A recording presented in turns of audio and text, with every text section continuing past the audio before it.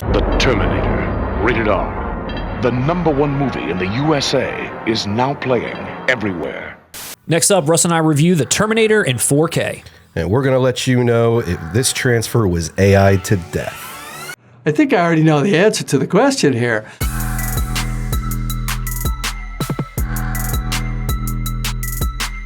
Welcome back to 4K Kings. My name is Matt. I am Russ. And welcome to your home of physical media, movie reviews, and so much more. Dare I say, too much more. We're talking AI. We're talking Terminators. We got James Cameron. Hi, Jim Cameron here. I'm beaming in from Wellington, New Zealand, where I'm in post-production on Avatar 3. Russ, we are back today to discuss The Terminator. James Cameron 4K titles have been sought after for a very long time, and earlier this year, we got The Abyss, we got True Lies, and we got Aliens, which everybody was ecstatic for, but there was still this question of where was The Terminator, until finally we saw that it was being restored, and now it's finally out. Where the fuck is Piranha 2? You know what I mean? So it came in a regular and a steelbook. This is the one we picked up. We're going to dive into this release. We're going to talk about the transfer, everything that's on it, look at the steelbook a little closer. But first, we want to talk about the movie, the whole reason why we're here. Yeah, which is, in my opinion, James Cameron's best film. You know, The Terminator was my first film as director, and we didn't have much money, and I couldn't afford a top designer, so I just designed all the models and the effects myself. 1984 film, directed by James Cameron, written by Cameron and partner Gale Ann Hurd. This movie came as a result of, he was sick, he had this dream of a upper half or like a metal torso holding knives, dragging itself out of fire. Like that was his dream. He was like, this is what I'm gonna do next. He took this movie to his agent. The agent was like, no, we're not doing that. James Cameron fired his agent over it. Plus they were, by the way, slow as shit. So, you know. He's so like uncompromising, which I absolutely love. For some reason, you still have not seen The Terminator and you do not know what this is about. It is about Arnold Schwarzenegger, who is a cybernetic assassin sent back in time to kill Sarah Connor, whose unborn child will one day save the world from Skynet. Your son, Sarah. Your unborn son. Defying all expectations, it was a smash. It launched the careers of Cameron and Arnold. It's a classic film. It was revered at the time. How does it hold up today? What are our thoughts? Do we agree? Do we disagree? And I watched this movie last night, in fact, to be completely fresh, because I haven't seen this movie nearly as much as Terminator 2. The one thing that I want to start off with is just like the concept itself, which is pretty interesting. And not to mention that, but how they roll it out to you. Like today, you would get exposition dump right in the beginning about what's going on, who's after who. They slow roll it with like flashbacks to the future and like different things that go on, which I really thought was kind of cool. I couldn't remember how they present this kind of complex story. James Cameron has a very good way of taking big ideas and whittling them down to just, you know, simple. Aliens, Predator and all its sequels, Terminator 2, Jurassic Park and all those sequels, Edward Scissorhands, Iron Man, Avatar. I miss when movies would show you and not tell you. Even in a James Cameron film, like this is what it used to be like. I miss it. You're right. It treats the audience with respect. I'll maintain this till the day I die as well. This is a horror movie first. Yes, I understand there's a science fiction element, obviously an action element, but for me, The Terminator is a horror film. Slasher film? We don't even have to get that specific, just horror. This feels more horror than Aliens to me. Dude, he's Jaws. He's he's Michael Myers. He's an unstoppable killing machine. He walks into a police station and kills every cop in that damn place, you know? It does lean into and is a horror movie first, but I think this sci-fi concept as like the baseline of it, an unstoppable killing machine that's come back in time to hunt someone down, like just that concept is like, wow. The sci-fi element is cool, but then when you add that horror element on top, it's like thrilling. What makes that for me is Arnold Schwarzenegger as the Terminator. Arnold Schwarzenegger was terrifying. And a big part of it is because he doesn't speak. He's just a presence. And also that my body is way too big. Yeah, he only had 17 lines of dialogue, less than 100 words, Arnold. Imagine how that must have come across in 1984 when he wasn't a household name just yet. Twins had happened by the time I saw the original Terminator. Yeah. So Arnold Schwarzenegger was sort of larger than life celebrity, you know, everything we've come to love about him. The sink scene when he is removing the eyeball and Yeah. all that. You don't get anything like that in Terminator 2. And as a kid, I remember like kind of having to look away because it's something that's dealing with eyes. And I'm Yeah. like, oh God, you know. Once Arnold is removed, but it's just the T-800. Yeah. And it keeps clawing and going after Sarah Connor, just keeps going. You think it's done. It's like, holy shit. No, it's just like that ending is so brilliantly tense. And I never felt that in Terminator 2. In this film, I genuinely feel threatened for Michael Biehn and Sarah Connor the entire time. Outside of Mr. Freeze, Arnold has never been a villain.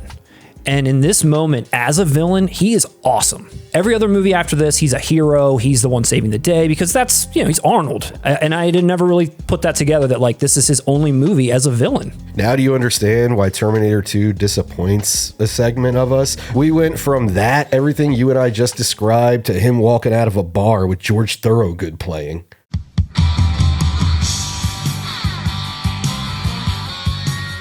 They wanted Arnold to be the Kyle Reese character. And it wasn't until James Cameron met him that he was like, no, you're not Kyle Reese. You're going to be, you know, obviously the freaking Terminator. Like, you're it. He even liked the fact that he had an accent when he talked because it was almost in his mind like the future AI or whatever hasn't like quite figured out the voice module yet. That's James Cameron thinking. But that's kind of true. I mean, when you listen to AI like a voice on, you know, Google Maps or something like that, it is just a little off still. So that would be futuristic. I'll be back. The iconic "I'll be back" line, Arnold could not apparently say it very well, and he kept trying to get it changed. Like, he wanted it taken out. He wanted it to say, "I will be back."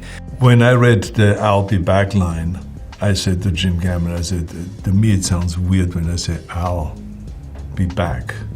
I said, and he says, well, how would you say it? And I said, I will be back. Cameron 100% refused. He was like, you're going to learn this line. This is the line. And he said the line. I figured that would be a line for people who were seeing the film again, which obviously Terminator is one of those movies that people see over and over, so it works like that. Cameron gets what he wants. It's like one of the most commonly known catchphrases of movie history. He doesn't want "I will be back" to be the slogan. But I mean, I understand Schwarzenegger's approach there. He was probably looking at it like, that's robotic. I said, but it's more machine-like. We say, I will be back. He says, look, I don't correct your acting, don't correct my writing, okay?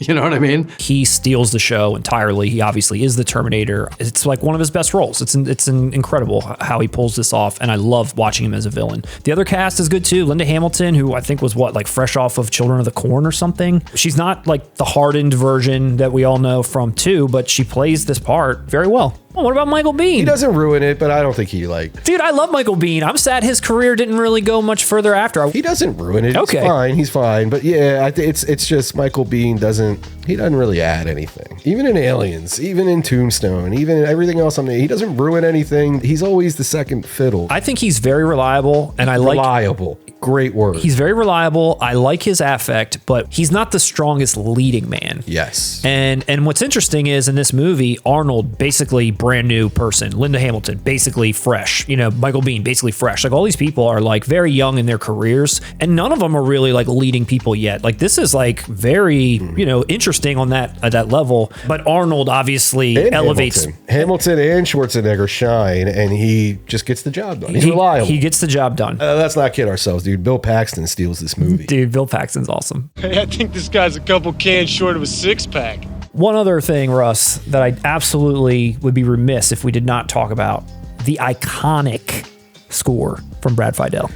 Once it kicks on with the title card, which the title is one of the most iconic, talking about iconic titles of all time, the slow moving letters. And it builds. The way it keeps getting louder. Yeah, how it's like typing the people's names on there. Like you said, like there's that build up of the music. Dude, that's such an awesome intro. One more tip of the cap to Brad Fiedel. He played this score entirely on a synthesizer, and when he played it live. I had all these individual keyboards, and they had to be played individually. It was all live. Every note is live performed. So if my Prophet 10 was going boom, boom, boom, boom, boom, boom, boom, boom, and the other thing was going do, do, do, do, do, I had to literally sit there live and change the tempo. While the machines are trying to get control of the people in the movie, I'm sitting here desperately trying to get control of these machines. Anything else that stands out to you as maybe a detractor for this film? Nah, dude, I honestly think no matter how you view this film, horror, sci-fi, action, if you want to see the end of the world approaching and find that funny, there's so many ways to enjoy this movie, and it excels at all of them. Looking at it last night, the special effects, for the most part, still hold up. Some of them are showing their age a little bit, especially, obviously, that's not Arnold, where he's like picking his eyeball apart. Nah, but it looks great. And the blood drop in the sink and all that stuff, that's a great scene. And the stop motion of the Terminator I love that. For 1984, it's incredible. Stan's a little crazy, and he'll try to push your buttons, to test you. In a vacuum, this movie could just stand alone and this be it, and that's great, and that's just like a awesome 1980s horror sci-fi gem. I do think, part 2 obviously exploded this thing's popularity, and the other ones just kind of shit the bed after that. But even 2 was a cash grab, let's be honest. Cameron wanted to push the envelope on CGI with the T-1000, with the liquid metal stuff. So he was like, well, let me do a sequel to my successful film to get funding to basically further the technology. And at that time, we both saw the handwriting on the wall. The CG was here, and it would revolutionize creature and character design. It's essentially just a remake of the first one, but family friendly. When he wanted to make this movie originally, he wanted 2 Terminators, one that was the liquid Terminator and one that was the Arnold Terminator, but the technology wasn't there yet, like you said. Yeah. So he settled for the one, just like The Abyss. The technology wasn't ready. James Cameron is always thinking so far out of the box. It's like, this isn't ready yet, James. I almost bailed. Back in 84, critics loved it, audiences loved it. 78.3 million global on a 6.5 million budget. It slapped. And even Time magazine listed it amongst its top 10 movies of the year. It was sued for plagiarism by Harlan Ellison, claiming that the Terminator ripped off one of his Outer Limits episodes, where a soldier goes back in time to like save a woman from another soldier. And I guess James Cameron, being James Cameron, said, no, I'm not, we're not settling or nothing. But Orion Studios, which, by the way, I want to mention, it's so awesome popping in a 4K disc today and seeing Orion come on. But Orion was like, James, if they win in court, you're going to have to pay them. Oh, okay. So they just decided to settle. Obviously, after this, he went on to become king of the world, James Cameron. He became James Cameron. Arnold continued to obviously crush it as well. Linda Hamilton, Michael Biehn, they stalled a little bit. You must be pretty disappointed. But I do remember that Beauty and the Beast TV show she did with Ron Perlman. Yeah, my mom loved that. I thought it was weird. Sequel was released in 1992. I was 9 years old and I saw this. I played with action figures of this movie. It was a kid's movie, dude. I know everyone's like, no, it wasn't. It was rated R and all this stuff. It's a family-friendly remake of the original. And it kicks ass. Yes, let me say this. It is great. It's done so well. It works. That's actually impressive as hell. That's a high compliment, because usually I would reject something like that off principle. But Cameron can do this stuff in his sleep. Throw in You Could Be Mine. Holy shit. One of the best soundtrack songs of all time. The next 4 sequels after this, no, there's no debate. Those are all pretty much just not great. I've never even seen them. I've seen parts of the 4th one. Is it being snobbish to say none of them are good, but I've seen none of them? No. I don't know if it's snobbish, but it's the general consensus. Nobody's going to get angry if you share that opinion. That's what I'm speaking on, the general consensus. All right, Russ, let's talk about the physical media. We got The Abyss, we got True Lies, we got Aliens, and now we've got The Terminator. We reviewed The Abyss already, and I had a lot of good things to say about how it looked, although the community is basically divided on how it looks and is there enough grain, or is the AI scrubbed it too much? I see most of the hate going towards True Lies, but basically, in my opinion, it looks like all of them are mixed. James Cameron has already told us what he thinks about that. Don't worry about it. The irony is also not lost on me that, a movie about AI is getting touched up by AI. Skynet 1. Skynet 1. I think the other thing that's kind of sticking out to people is the whole Terminator 2 debacle on 4K, and they're just really worried, not the Terminator, please. Yeah. Don't ruin this for us. Maybe I'm just bad. Maybe I'm just not good. I've actually only ever owned this on DVD. But what I will say is, whether there was AI used or not AI, in my humble opinion, in my novice opinion, this movie has never looked better. This movie looks clean, and not from a it's scrubbed and everything looks waxy perspective. But I'm looking at, what's my boy's name? Paul Winfield. I'm looking at his tweed jacket and I'm like, damn, that's crisp. I'm like, wow. I need to get me a tweed jacket. Seriously, I'm like, man, I doubt I've ever seen that level of detail on my DVD or TV or elsewhere. This is maybe a casual viewer experience. Like, I'm someone who watched it a lot as a kid on VHS. Yeah. There were elements of it that felt very different, but I'm also kind of looking at myself and I'm like, dude, this is my bias. I remember it being dark on VHS. I mean, this movie looked dark as a kid. And let me say this, if there is a director's filmography who would maybe justify tinkering with AI, it's James Cameron.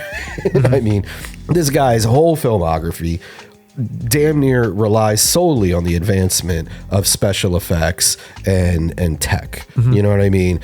And it's like, I see it both ways. This isn't going to stop me from revisiting it over and over. I know a lot of people are like, you know, I saw this and it was this and I'm never watching it again. The one thing that I will say that I know a lot of purists were hoping for, that there's the original mono untinkered audio is here. It's present. I didn't watch the movie with that yet, but what I've read in certain reviews online already is that it is everything that the fans want. From that perspective, all the features are legacy at this point. The regular packaging is a little bit more on the nose for this title, even though it's not the original poster art. You got Arnold front and center, whereas this steelbook, you know, stylistically is cool, but it does not represent or look like the original Terminator to me. I've said this before. I think this is a great companion piece to Terminator Salvation. Yeah, or Genesis or whatever. It definitely, all the good ones. All the good ones. And on the inside, Arnold over top of some flames, kind of like off center. The gun is like basically completely obstructed. It looks like Mad Max. And his name's on it. It says Schwarzenegger, the Terminator, but he's not even there. If they had just made the background dark, like instead of this white. Yeah. I just don't really like the lighting, I guess, on it. I don't associate anything with the original Terminator with that much fire and orange and red. I get more blues, grays, blacks out of that film. Yeah, true. I mean, everything's drab. All our outfits are drab. Yes. Overall,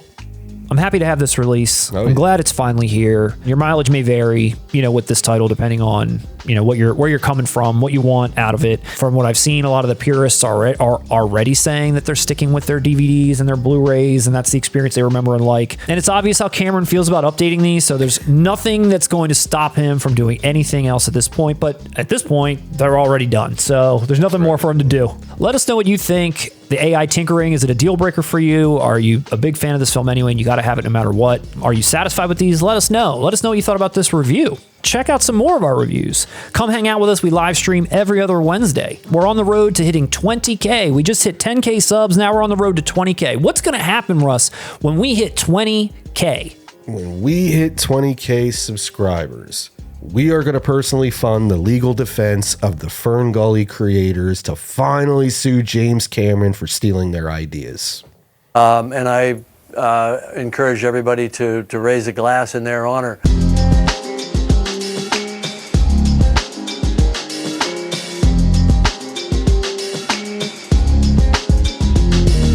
So it's like the way I say tumor and all this, like I just been out chopper